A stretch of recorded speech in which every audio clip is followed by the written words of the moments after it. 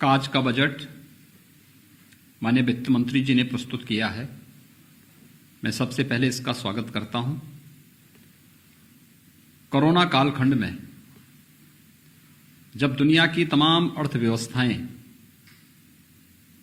पूरी तरह प्रभावित हुई हैं, उन स्थितियों में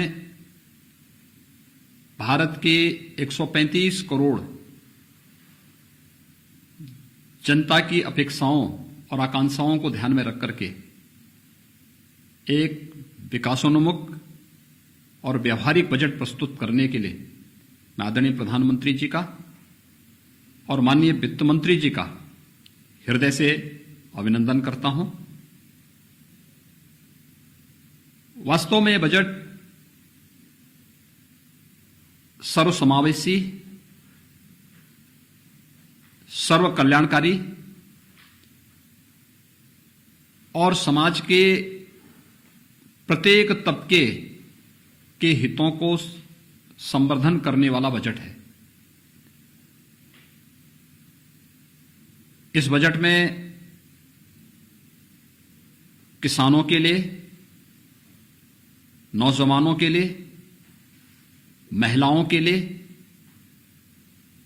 गरीबों के लिए और समाज के प्रत्येक तबके के लिए जहां बहुत कुछ प्रावधान किया गया है, वहीं साथ ही साथ बजट देश के इंफ्रास्ट्रक्चर डेवलपमेंट के लिए भी, चाहे वह राजमार्गों की क्षमता को विस्तार देने का हो, रेलवे इंफ्रास्ट्रक्चर को एक नई गति देने का हो, ऊर्जा क्षेत्र में व्यापक परिवर्तन लाने की दिशा में किए जा रहे नए प्रयासों की ओर पूरे देश का ध्यान आकर्षित करता हो, इंफ्रास्ट्रक्चर पर भी ध्यान देने का जो प्रयास हुआ है और स्वास्थ्य के क्षेत्र में तो आमूलचूल परिवर्तन करने के लिए राष्ट्रीय रोग नियंत्रण की दिशा से जिस प्रकार की कार्ययोजना बनाई गई है, यह सभी अभिनंदनीय है। जल जीवन मिशन अब तक ग्रामीण क्षेत्र के लिए था, शहरी क्षेत्र को भी इसके साथ शामिल करना और जल जीवन मिशन को शहरी क्षेत्र के साथ जोड़ने के साथ ही शहरी क्षेत्र में और भी तमाम प्रावधान जो किए जा रहे हैं, ये सभी स्वागत योग्य हैं। खासतौर पर जो शहरी स्वच्छ भारत मिशन है, इसका पार्ट 2 जारी होना। हम सब जानते हैं कि एग्रीकल्चर के बाद देश के अंदर सर्वाधिक रोजगार प्रदान करने वाला क्षेत्र टेक्सटाइल का है।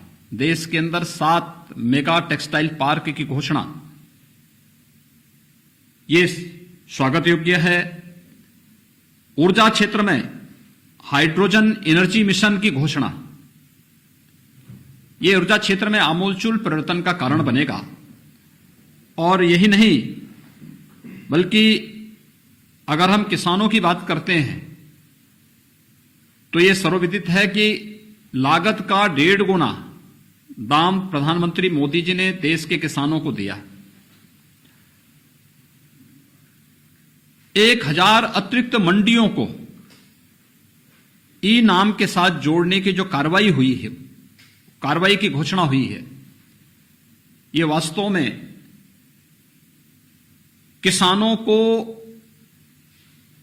लागत का 1.5 गुना दाम देने की गारंटी का एक माध्यम बनेगा और एक बहुत महत्वपूर्ण और बहुत ही व्यावहारिक बजट आज प्रस्तुत किया गया है। एमएसएमई सेक्टर जो